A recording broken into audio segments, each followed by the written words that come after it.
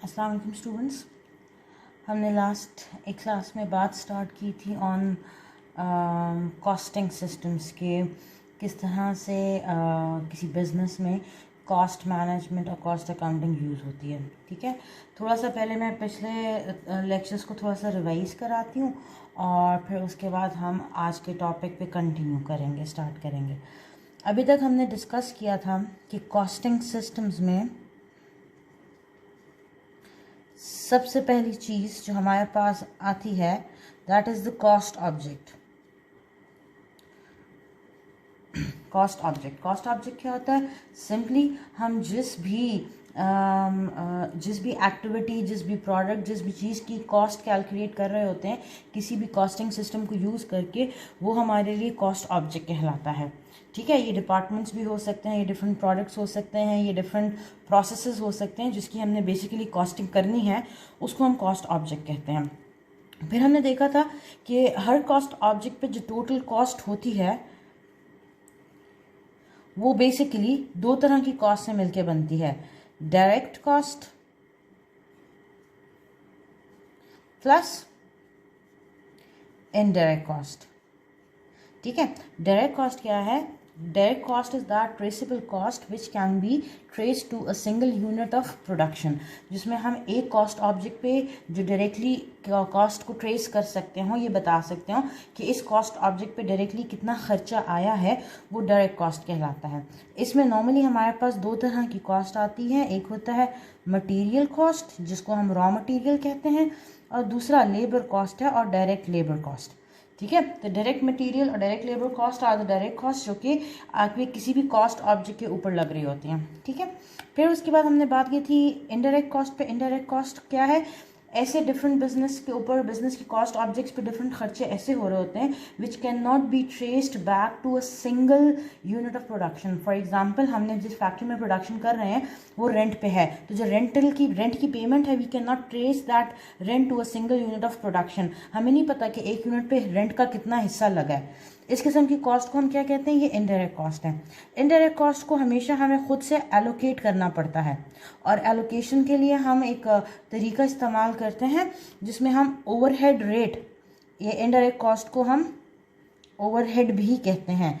तो हम क्या करते हैं, एक ओवरहेड रेट कैलकुलेट करते हैं जिसका फॉर्मूला है जी total indirect cost divided by some allocation base. ये हमने लास्ट क्लास में हमने इन चीज़ों को डिस्कस किया था। अब ये एलोकेशन बेस क्या होता है? ये वो बेसिकली बेसिस हैं जिसके ऊपर आप इस इनडायरेक्ट कॉस्ट को एलोकेट करना चाह रहे हो, डिवाइड करना चाह रहे हो। ये हमारे पास प्रोडक्शन, नंबर ऑफ प्रोडक्शन हो सकती है, मतलब नंबर ऑफ यूनिट्स हो सकते हैं। ये आपके पास डायरेक्ट लेबर आवर्स हो सकते हैं, कितना टाइम लेबर्स ने लगाया है। ये मशीन आवर्स भी हो सकता है। ये क्वेश्चन के कॉन्टेक्स्ट में देखो तो आपको क्वेश्चन में गिवन होगा कि what is the allocation base for calculating और एस्टिमेटिंग दिस ओवरहेड रेट। ठीक है, फॉर एग्जाम्पल हमें पता चला कि जी बिजनेस के ऊपर एक certain amount of indirect cost I, we will divide that by some allocation base, let's suppose direct labour hour. For example हमारे पास है जी 2400 इनडायरेक्ट कॉस्ट थी, और हमने डायरेक्ट लेबर आवर को यूज़ किया। हमें पता चला कि जी 100 आवर्स जो है, या लेट्स सपोज 1000 आवर्स बिजनेस ने काम नॉर्मली करता है। ठीक है ना, पहले हम एक रेट कैलकुलेट कर लेते हैं।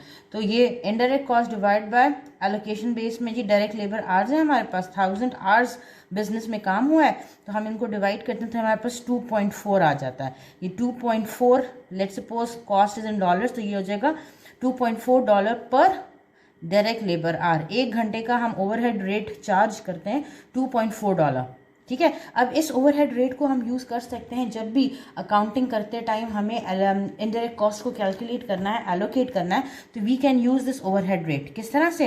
हमें बाद में पता चलता है कि किसी मंथ में एक्चुअल जो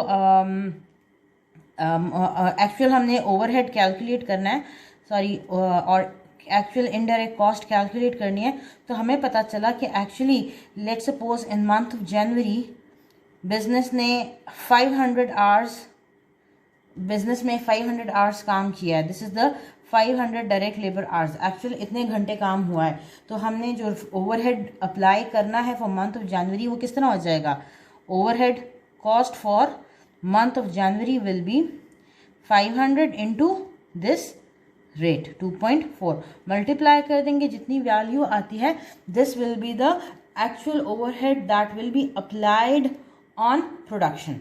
ठीक है, फॉर 500 आवर्स काम किया है तो इस रेट के accordingly 500 into 24 is a direct indirect cost और overhead cost for this month, for month of जनवरी।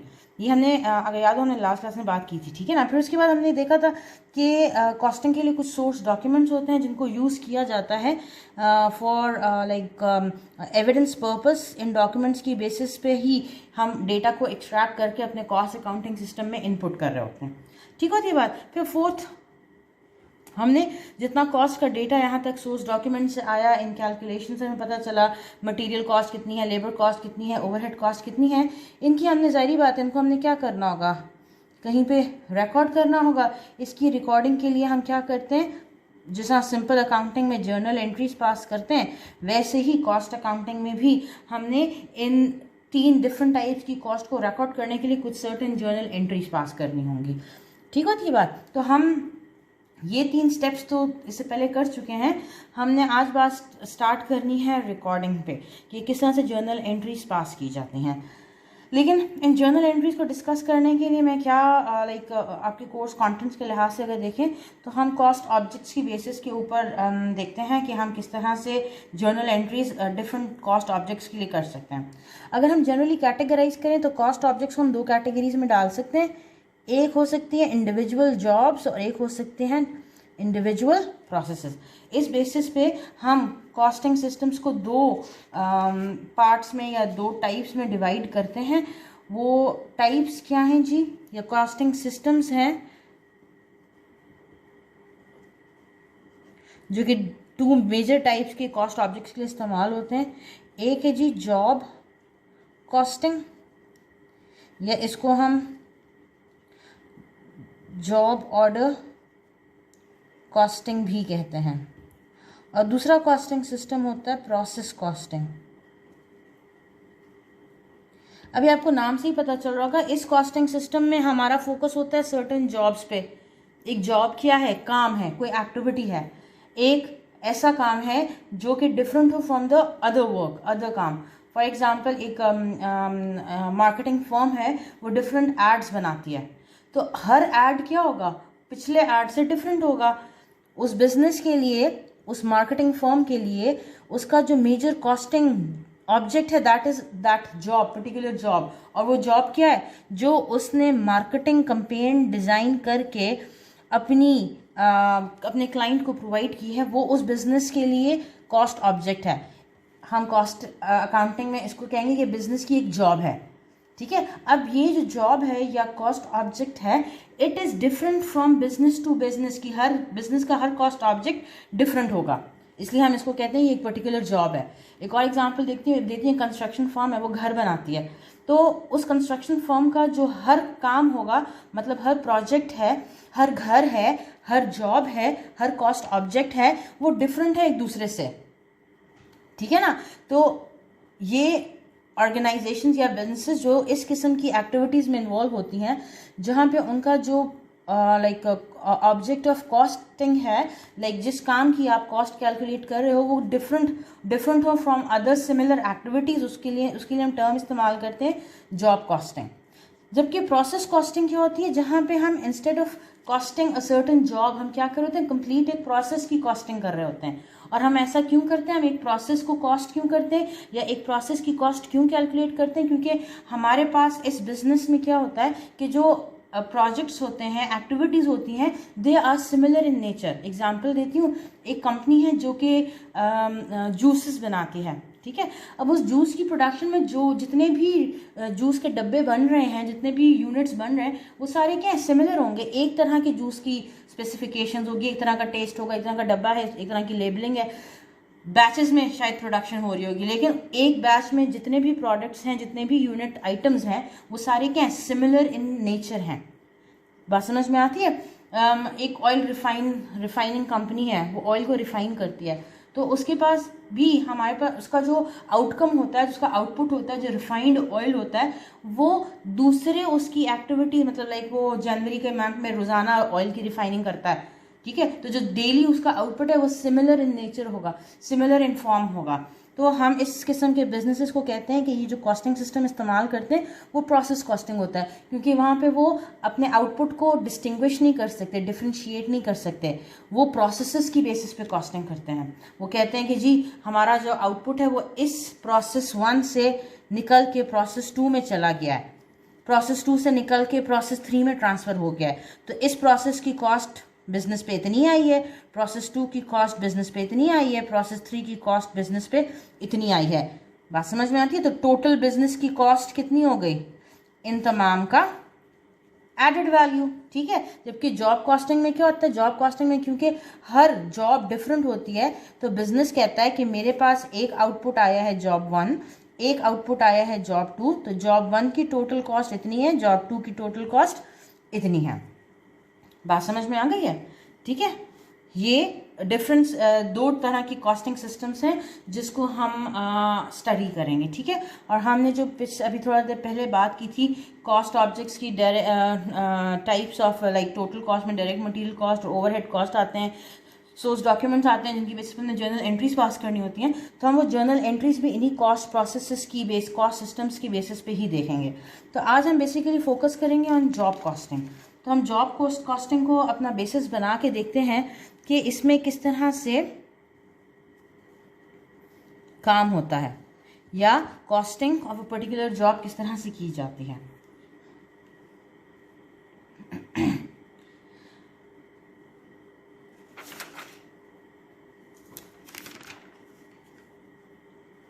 सबसे पहले हम बात करते हैं इसमें एक जॉब के ऊपर कॉस्ट कौन कौन सी आएगी।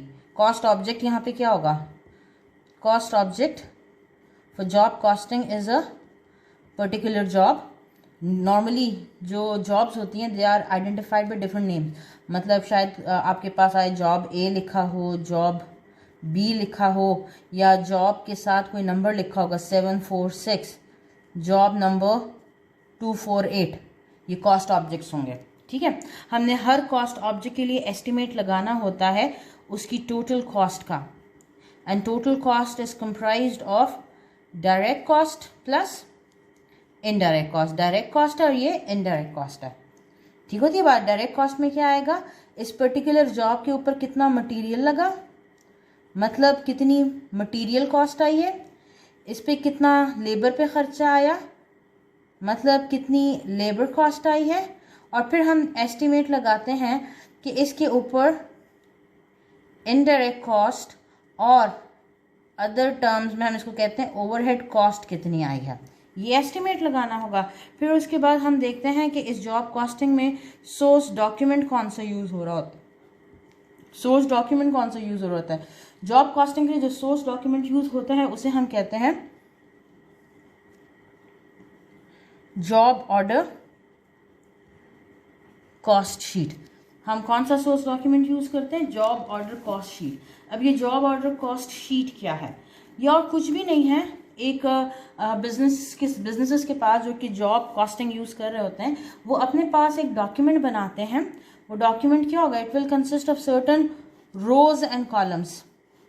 एक ऐसा डॉक्यूमेंट होगा जिसमें डिफरेंट रोज एंड कॉलम्स में रिकॉर्ड किया जाता है। क्या चीज़ रिकॉर्ड की जाती है कि किसी जॉब के ऊपर कितना मटेरियल पे खर्चा आया है, कितना लेबर पे खर्चा आया है और कितना ओवरहेड पे खर्चा आया है, ये रिकॉर्ड लिखा जाता है, ठीक है। एक प्रॉपर डॉक्यूमेंट बना के नीचे साइन वाइन किए होते हैं, डेट्स डाली होती हैं, और इस डॉक्यूमेंट को हम क्या कह देते हैं, जॉब ऑर्डर कॉस्ट शीट। अगर आप बुक में देखोगे तो आपके पास बुक में डिफरेंट टाइप की आपको एग्जांपल्स दी गई हैं जॉब ऑर्डर कॉस्ट शीट की। आप ऑन पेज 94 देखोगे तो आपके पास एक जॉब ऑर्डर कॉस्ट शीट बना के दी गई है। इसमें आप देखो तो कंपनी का नाम लिखा हुआ है, जॉब ऑर्डर नंबर लिखा हुआ है, ये कॉस्ट ऑब्जेक्ट है जिसकी हम कॉस्टिंग कर रहे हैं। तो हर कॉस्ट ऑब्जेक्ट का एक स्पेसिफिक नंबर होगा, जॉब नंबर होगा, और हर जॉब ऑर्डर के लिए आपके पास एक अलग से कॉस्ट शीट बनेगी जिसमें रिकॉर्ड किया जाएगा कि इस जॉब ऑर्डर में कितना रॉ मटेरियल लगा है, कितना लेबर कॉस्ट आई है, कितना ओवरहेड कॉस्ट आई है। ठीक होती बात। फिर आप देखो तो जी इसमें लिखा हुआ है जी फ्रॉम एवंस कंस्ट्रक्शन कंपनी, किसने बनाया है, कौन सा प्रोडक्ट था, डेट ऑर्डर्ड, मतलब ये जो जॉब था उसके लिए ऑर्डर किस दिन दिया था, शुरू किस दिन हुई जॉब, जॉब ख़त्म किस दिन हुई, किस दिन चाहिए थी, तमाम इस तरह की डेट्स हैं। स्पेसिफिकेशन बताई जाती हैं कि जो जॉब है या जो भी काम है, जो भी कॉस्ट ऑब्जेक्ट है, उसकी कोई स्पेसिफिकेशंस हों, मतलब साइज़ बताया जाए, फ्लेवर बताया जाए, कलर बताया जाए, वो स्पेसिफिकेशंस मेंशन हो सकती हैं। फिर क्वांटिटी, कितनी क्वांटिटी के आइटम्स बना के एक जॉब बनाई गई थी। फॉर एग्जांपल 10 टीवी बनाए गए थे तो 10 टीवीज़ थे, उनकी ये स्पेसिफिकेशंस थी, तो क्वांटिटी भी मेंशन हो जाती है। अगर एक ही होगा तो यहाँ पे 1 क्वांटिटी, एक यूनिट बनाया है तो 1 लिखा होगा, 2 यूनिट बनाए तो 2 लिखा होगा। फिर आपके पास देखो तो कॉस्ट शीट में डेटा होता है, इंफॉर्मेशन होती है कि इस जॉब पे कितना मटेरियल लगा है, कितनी लेबर लगी है, कितना ओवरहेड लगा है। मटेरियल के लिए आपके पास डेट और अमाउंट्स हैं, किस किस डेट पे। अब ज़रूरी तो नहीं है कि जब हम प्रोडक्शन करते हैं तो एक ही दिन पे सारा मटेरियल कंज्यूम हो जाए। हम क्या करेंगे, अगर स्टेप बाय स्टेप प्रोडक्शन करें तो पहले दिन इतना मटेरियल लगेगा, फिर दूसरे दिन और मटेरियल चाहिए, तीसरे दिन और मटेरियल चाहिए। तो फिर डेट्स के लिहाज से इस कॉस्ट शीट में लिखा होता है कि इस डेट पे इस जॉब के ऊपर इतना इतना मटीरियल लगाया गया है। फिर सिमिलरली हमारे पास लेबर, डायरेक्ट लेबर कॉस्ट का डेटा होता है। हमें बताया जाता है कि इस जॉब के ऊपर हर दिन या दिनों के लिहाज से किस किस दिन कितनी कितनी पेमेंट की गई है वेजेस वगैरह के फॉर्म में। ठीक है। फिर उसके बाद हमारे पास आ जाता है ओवरहेड का कॉलम। ओवरहेड में हमने यूज़ करना होता है वही जो हमने अभी थोड़ी देर पहले कहा था कि क्योंकि ओवरहेड जैसे होते हैं क्योंकि जिनको हम ट्रेस डायरेक्टली नहीं कर सकते, तो we need to allocate these overheads. तो ओवरहेड रेट बिजनेस ने पहले से अपने पास प्री डिटरमिन किया होता है, उस रेट की बेसिस पे क्या करते हैं, ओवरहेड एलोकेट कर लेते हैं। इस डेट पे ओवरहेड को एलोकेट किया। अब ये ओवरहेड की एलोकेशन नॉर्मली होगी किस दिन, जिस दिन जॉब कंप्लीट हो गई है, आखिर में जाके आप ओवरहेड एलोकेट कर दोगे, क्योंकि जिस तरह मटेरियल कंज्यूम हो रहा है वो तो आपको डेट के साथ साथ पता चलेगा, आज हमने इतना मटेरियल खर्च किया, आज हमने इतना मटेरियल खर्च किया। लेबर कॉस्ट का पता चल जाएगा, जिस दिन हमने जितनी जितनी वेजेस पे की हैं उस दिन उतना उतना लेबर कॉस्ट आया। लेकिन ओवरहेड के लिए हम क्या करेंगे, वेट करते हैं जब एक जॉब कंप्लीट हो जाती है, एंड पे जाके हम क्या करते हैं, ओवरहेड को अप्लाई कर देते हैं। बाकी आप देखो तो टोटल अमाउंट्स हो गए, यहाँ पे बता दिए कितना टोटल मटेरियल लगा, कितना लेबर लगा। फिर टोटल कॉस्ट की वैल्यू पता चल गई है, कितनी, अगर आपको पता हो कि जी इस जॉब को हमने आगे कस्टमर को डिलीवर किया, उसने हमें इतना पे किया, तो you can also get an estimate of your profit and losses. ये एक सिंपल सी जॉब ऑर्डर शीट है। इसी अगले पेज पे अगर आप देखो तो आपके पास एक कॉम्प्लेक्स और थोड़ी डिटेल्ड किस्म की जॉब ऑर्डर कॉस्ट शीट बनाई गई है, जहाँ पे आपको बताया गया है कि जी अगर हो सकता है कि आपके पास जो मटेरियल की कंजम्पशन है वो डिफरेंट डिपार्टमेंट्स में अलग अलग मटेरियल इस्तेमाल हुआ प्रोडक्शन के दौरान, तो आप इसमें एक डिटेल और भी ऐड कर सकते हो कि जी इस डेट पे इस डिपार्टमेंट ने इतना मटेरियल कंज्यूम किया था, मतलब हमने इस डिपार्टमेंट में मटेरियल की इतनी कंजम्पशन की, इतना इस्तेमाल किया है। Similarly department wise labour cost को भी आगे डिटेल्स में डाल सकते हैं, और सिमिलरली ओवरहेड्स को भी डिपार्टमेंट वाइज डिवाइड करते हैं। लेकिन एट द एंड हमारा बेसिक एम यही है कि हमने रिपोर्ट करना है कि किसी जॉब पे कितना मटेरियल पे खर्चा आया, किस किस डिपार्टमेंट में कितना कितना मटेरियल कंज्यूम हुआ। ठीक है। फिर लेबर कॉस्ट के बारे में बताना होता है कि किस किस डिपार्टमेंट में कितना कितना लेबर पे खर्चा आया। फिर सिमिलरली हम हर डिपार्टमेंट वाइज देखते हैं कि हर डिपार्टमेंट पे कितना कितना ओवरहेड का खर्चा आया, ताकि हमें overall total cost of a certain job पता चल जाए। ठीक है ना। तो ये सोर्स डॉक्यूमेंट है जिससे हम इंफॉर्मेशन लेते हैं। फिर हमारा जो फोर्थ स्टेप होता है जिसमें हमने क्या करना होता है, जो इस कॉस्ट डेटा को अपने पास रिकॉर्ड करना होता है। और रिकॉर्डिंग करने के लिए हम क्या करते हैं, जो कौन से प्रोसेस या कौन सा डॉक्यूमेंट यूज़ करते हैं, जर्नल में एंट्री करते हैं, जो हम सिंपल अकाउंटिंग में पढ़ चुके हैं। ठीक है। तो जर्नल की एंट्रीज का बेसिक फॉर्मेट वही है, हमारे पास एक अकाउंट्स का कॉलम होगा, एक डेबिट का कॉलम होगा, एक क्रेडिट का कॉलम होगा, and the rule will be same. Assets हों या एक्सपेंसेस हों, ज़्यादा होते हैं तो डेबिट करते हैं, कम होते हैं तो क्रेडिट करते हैं। लाइबिलिटीज़ हो, ओनर्स इक्विटी हो या रेवेन्यू अकाउंट हो, इंक्रीज होता है तो क्रेडिट होता है, डिक्रीज होता है तो डेबिट होता है। अब क्योंकि हम कॉस्ट अकाउंटिंग सिस्टम की बात करें तो कॉस्ट अकाउंटिंग सिस्टम में हमारे पास एसेट्स, एक्सपेंसेस, लाइबिलिटीज़ और रेवेन्यूज मोर और लेस आ सकते हैं, जिसकी हमने जर्नल एंट्री पास करनी होती है। ठीक होती है बात। तो सबसे पहले हम देखते हैं कि हमने कौन कौन सी एंट्रीज पास करनी होती हैं जब हम जॉब ऑर्डर कॉस्टिंग की बात कर रहे होते हैं। अब एंट्री हमने पास क्यों करनी है, क्या इन्फॉर्मेशन रिकॉर्ड करनी है? हमने इन्फॉर्मेशन रिकॉर्ड करनी है रिलेटेड टू कॉस्ट। हमने कॉस्ट का डेटा कि बिजनेस ने किसी जॉब पे कितना खर्चा किया है, हमने वो बेसिकली रिकॉर्ड करना है ना।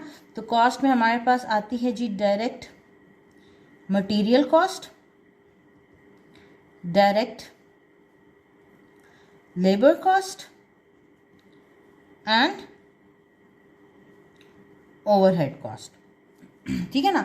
तो हम जो जर्नल एंट्री पास करेंगे वो करेंगे डायरेक्ट मटेरियल के लिए जर्नल एंट्री, फिर डायरेक्ट लेबर से रिलेटेड जर्नल एंट्रीज और ओवरहेड कॉस्ट से रिलेटेड जर्नल एंट्रीज।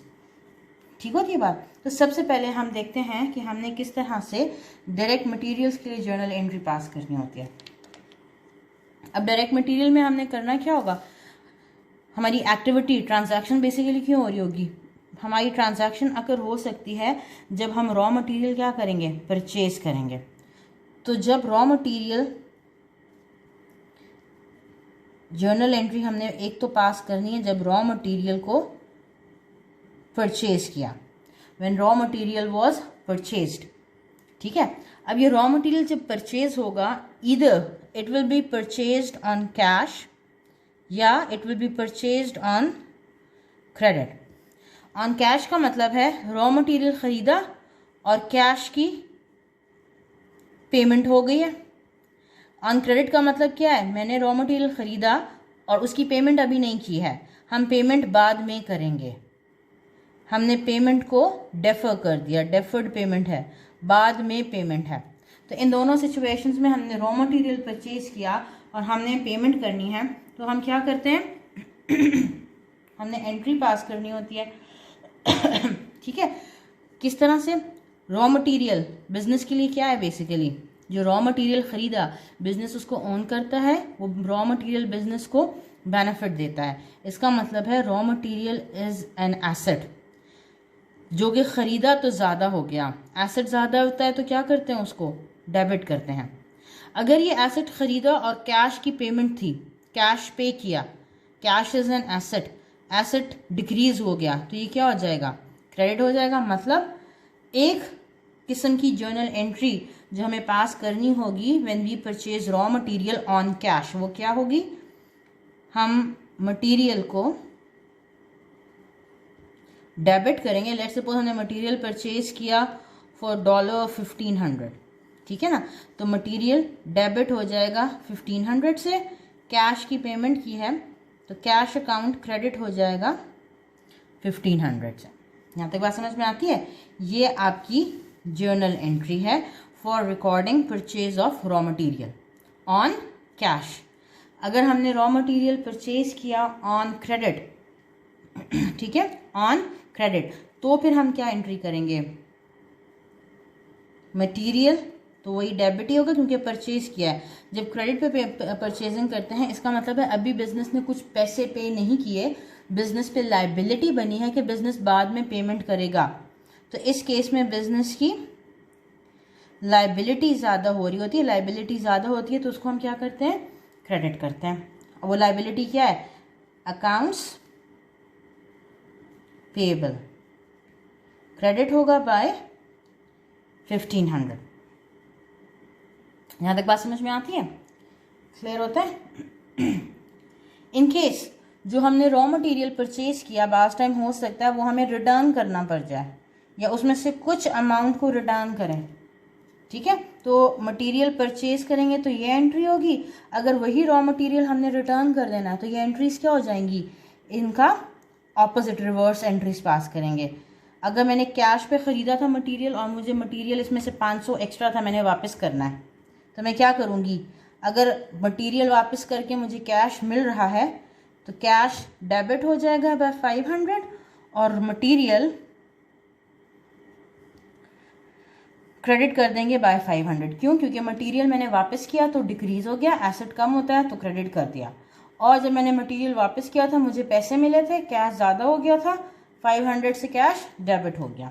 हमने मटेरियल ख़रीदा था लाइबिलिटी के ऊपर, मतलब बाद में पेमेंट करनी थी। एक दिन के बाद मुझे लगता है कि मैंने ज़्यादा मटेरियल मंगा लिया, मुझे 500 का मटेरियल वापस करना है, तो मटेरियल डिक्रीज होगा, क्रेडिट होगा बाय 500। डेबिट क्या होगा?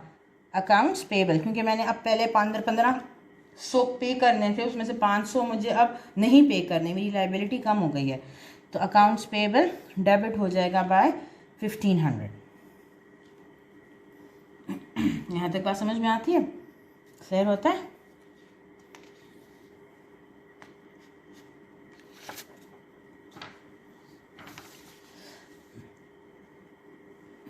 अच्छा जी, अब एक ये तो हमने दो तरह की ट्रांजैक्शंस देख ली, एक था मटेरियल परचेज करने पे और दूसरा मटेरियल रिटर्न करने पे हमें जर्नल एंट्री पास करनी पड़ती है। हमें मटेरियल से रिलेटेड एक और एंट्री भी पास करनी पड़ती है, वो हम कब करते हैं? जब हमने अपने मटेरियल को यूज़ करके आपने उससे कोई फाइनल प्रोडक्ट बनाना होता है, कोई गुड्स में कन्वर्ट करना होता है, तो हमें साथ में अपने ये भी रिकॉर्ड, ये तो अभी हमने पहले रिकॉर्ड किया था ना कि हमने कितना मटेरियल ख़रीदा है, एट सम लेटर डेट हमें ये भी बताना पड़ेगा कि ये जो मटेरियल था ये कन्वर्ट हो गया है किसी हमारे प्रोडक्ट के अंदर, ये कंज्यूम हो गया है, इस्तेमाल हो गया है। ठीक है, तो जितना मटेरियल भी हम अपनी प्रोडक्शन पे लगा रहे होते हैं, अच्छा याद रखो कि जो मटेरियल है, मतलब प्रोडक्शन बेसिकली होती किस तरह से, हमारे पास रॉ मटेरियल होता है, उस रॉ मटेरियल पे हम काम करते हैं, तो हमारे पास वर्क इन प्रोसेस बनता है, और इस वर्क इन प्रोसेस पे और थोड़ा काम करते हैं तो फिनिश गुड्स बनते हैं। एक मैन्युफैक्चरिंग बिजनेस में फ्लो ऑफ मटेरियल या फ्लो ऑफ प्रोडक्शन ऐसे होता है। ठीक है, और इसमें यहाँ पे भी लेबर कॉस्ट लग रही होती है, यहाँ पे भी लेबर कॉस्ट लग रही होती है। क्लियर होती है बात? सही होती है बात? तो अब जो हम कह रहे हैं कि हमारा रॉ मटेरियल कंज्यूम होके उस पर काम हुआ, कन्वर्ट हो गया इनटू, किस में कन्वर्ट होगा? Work in process. Raw material convert होगा into work in process, work in process आगे फिनिश गुड्स में तब्दील होता है, जिसको हम आगे कस्टमर को सेल आउट कर देते हैं, ये फिनिश गुड्स आगे सेल आउट हो जाते हैं। क्लियर होती है बात? तो हमने एंट्री एक और भी पास करनी होती है, एक और जर्नल एंट्री यूज़ करनी होती है जब हम रिकॉर्ड करते हैं कि हमारा इतना रॉ मटेरियल कन्वर्ट हो गया है वर्क इन प्रोसेस में, या इन अदर टर्म्स इतना मटेरियल कंज्यूम हो गया है प्रोडक्शन में। तो प्रोडक्शन वाले रिक्वेजिशन भेजेंगे, हमें इतना मटेरियल चाहिए, तो जितना मटेरियल चाहिए वो बेसिकली क्या होगा? वो इस्तेमाल होगा प्रोडक्शन प्रोसेस में। तो जितना भी प्रोडक्शन में इस्तेमाल हुआ है मटेरियल, उससे हमारा ये जो एसेट वो बेसिकली है क्या? लेट्स सपोज मैंने 1500 का मटेरियल ख़रीदा था, ठीक है, मैंने 1500 का मटेरियल परचेज़ किया था, तो ये मेरा एसेट हमने एज एन एसेट रिकॉर्ड किया। इसमें से 1000 का मटेरियल मैं प्रोडक्शन वालों को देती हूँ कि वो उस पर काम करें, उसको कन्वर्ट करें वर्क इन प्रोसेस में, तो होगा क्या? ये वाला क्या जगह ना 1000 से मेरे पास अब फ्री फॉर्म में रॉ मटेरियल पड़ा हुआ कहीं नहीं होगा, 1000 रुपये का रॉ मटेरियल कन्वर्ट हो गया है, इस्तेमाल हो गया है to make $100,000 work in process, $1000 work in process में कन्वर्ट हो गया है। ये भी मेरा एसेट है, ये वर्क इन प्रोसेस भी मेरा एसेट है, मगर उसकी नेचर बदल गई है। रॉ मटेरियल से रॉ मटेरियल जो था वो डिक्रीज हो गया और कन्वर्ट हो गया वर्क इन प्रोसेस में।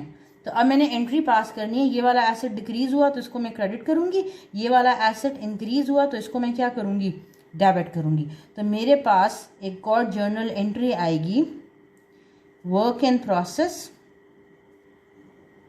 Debit bye $1000। 1000 का मतलब है इतना मटेरियल हमने इस्तेमाल करके वर्क इन प्रोसेस में कन्वर्ट कर दिया है, इतना सामान, इतना रॉ मटेरियल प्रोडक्शन में इस्तेमाल किया है, और मटेरियल जो था वो मेरा डिक्रीज हो जाएगा बाय $1000।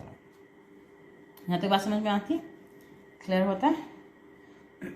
अच्छा, बास टाइम ऐसा भी हो सकता है कि जितना हमारे पास मटेरियल था, जितना हमने मटेरियल प्रोडक्शन में लगाया, जो मटेरियल है ये नॉर्मली तो होता ये है कि ये मटेरियल, रॉ मटेरियल है, ये हमारी डायरेक्ट कॉस्ट होती है, इसको हम डायरेक्ट मटेरियल कहते हैं, डायरेक्ट कॉस्ट है, डायरेक्ट मटेरियल कहते हैं। लेकिन ज़रूरी नहीं है, ये कुछ मटेरियल्स इनडायरेक्ट नेचर के भी हो सकते हैं, उसको हम कहते हैं इनडायरेक्ट मटेरियल। कुछ मटेरियल डायरेक्टली प्रोडक्शन में लगा और कुछ मटेरियल था इनडायरेक्ट था, वो किसी इनडायरेक्ट एक्टिविटी में बिजनेस को प्रोसेस करने के लिए, फैक्ट्री को चलाने के लिए लगाया गया। ठीक है, तो हमें ये पता चलता है कि जो 1000 का मटेरियल इस्तेमाल हुआ है, इस 1000 में से 700 का मटेरियल था डायरेक्ट नेचर का, मतलब जो डायरेक्टली प्रोडक्शन पे लगा, और रिमेनिंग 300 का मटेरियल था जो कि इनडायरेक्ट एक्टिविटीज़ में यूज़ हुआ। तो जो इनडायरेक्ट एक्टिविटीज़ में यूज़ हुआ वो वर्क इन प्रोसेस पे तो नहीं लगा, वो प्रोडक्शन पे तो नहीं लगा, वो किसी और सपोर्टिंग एक्टिविटी पे लगा था। तो जो सपोर्टिंग एक्टिविटीज़ पे खर्चे होते हैं उन्हें हम क्या कहते हैं? उन्हें हम कहते हैं ओवरहेड्स। ठीक है, इनडायरेक्ट कॉस्ट को ओवरहेड्स कहते हैं। इसका मतलब है मैंने जो अब एंट्री ये वाली है इसको मैं थोड़ा सा चेंज कर दूंगी। ये एंट्री मेरे पास इस तरह से आएगी, मटेरियल तो मेरा कंज्यूम हुआ, डिक्रीज हुआ बाय 1000, लेकिन ये 1000 के मटेरियल से मैं WIP लिख रही हूँ वर्क इन प्रोसेस के लिए, ये बने 700 के, क्योंकि 700 का मटेरियल डायरेक्ट प्रोडक्शन पे इस्तेमाल हुआ है। तो वर्क इन प्रोसेस में गया 700 का मटेरियल, और जो इनडायरेक्ट मटेरियल 300 था वो बेसिकली लगा किसके ऊपर? ओवरहेड्स पे। अब यहाँ पे ओवरहेड को रिकॉर्ड करने के लिए कॉस्ट अकाउंटिंग में हम टर्म यूज़ करते हैं overhead control account. Overhead control account नाम इस्तेमाल किया जाता है ओवरहेड्स को रिकॉर्ड करने के लिए। यहाँ तक बात समझ में आई है?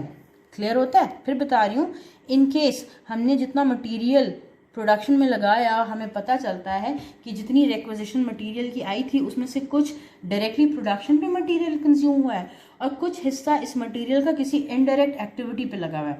मतलब वो वर्क इन प्रोसेस पे नहीं लगा लेकिन किसी और काम में इस्तेमाल हुआ है। तो जितना direct material work in process पे लगा हुआ है, 700 यूज़ हुआ था तो हमने उसको ट्रांसफ़र किया वर्क इन प्रोसेस में, और जितना किसी और एक्टिविटी पे लगा था, इनडायरेक्ट मटेरियल था, उसको हमने फिर ट्रांसफ़र कर दिया किसमें? ओवरहेड कंट्रोल अकाउंट में। क्योंकि ओवरहेड्स ही वो वैल्यू, वो टर्म है जो हमने रिजर्व किया हुआ है to record all indirect cost. यहाँ तक क्लियर होता है? अगले लेक्चर में इसको कंटिन्यू करते हैं।